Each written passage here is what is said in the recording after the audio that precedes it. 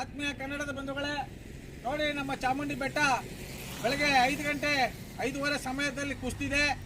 ಇದು ಬಂಡ ಅಧಿಕಾರಿಗಳಿಗೆ, ಅಣಬಾಕ ರಾಜಕಾರಣಿಗಳಿಗೆ, ಏಡಿ ರಾಜಕಾರಣಿಗಳಿಗೆ, ಅವಿವೇಕಿ ರಾಜಕಾರಣಿಗಳಿಗೆ, ಏಡಿ ಇಂಜಿನಿಯರ್ಗಳಿಗೆ ಮುನ್ಸೂಚನೆ. ಇದು ಚಾಮುಂಡಿ ಬೆಟ್ಟ ಉಳಿಸಬೇಕು ಅಂದ್ರೆ ನಿಮ್ಮ ಜನ್ಮದ ಬೆಂಕಿ ಹಾಕವ್ರೆ.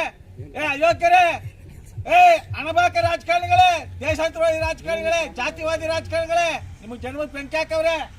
ನೋಡಿ ಮುನ್ಸೂಚನೆ ಇದು. ಈ ಕೂಡಲೇ ಎಚ್ಚೆತ್ಕೊಂಡು ಈ ಕೂಡಲೇ ಚಾಮುಂಡಿ ಬೆಟ್ಟದ ರಕ್ಷಣೆ ಮಾಡಬೇಕು ಅಂತ ನಮ್ಮ ಮೈಸೂರು ಹೃದಯವಂತ ಕನ್ನಡಿಗರ ಬಳಗದಿಂದ ಉಗ್ರವಾಗಿ ಖಂಡಿಸುವುದರ ಮೂಲಕ ನಮ್ಮ ಆಕ್ರೋಶವನ್ನು ಹೊರಹಾಕ್ತಾ ಇದ್ದೇವೆ. ಈ ಕೂಡಲೇ ಅರಣ್ಯ ಅಧಿಕಾರಿಗಳು, ಮೈಸೂರು ಮಹಾನಗರ ಪಾಲಿಕೆ ಅಧಿಕಾರಿಗಳು, ಜಿಲ್ಲಾಧಿಕಾರಿಗಳ ತಂಡ ಭೇಟಿ ಕೊಟ್ಟು ಮತ್ತೆ 2-3 ಬಂಡೆ ಬೀಳೋ ಮುನ್ಸೂಚನೆ ಕಾಣ್ತಾ ಇದೆ. ಇವನ್ನ ರಕ್ಷಣೆ ಮಾಡಬೇಕು ಅಂತ ನಾವು ಆಗ್ರಹಿಸ್ತೇವೆ.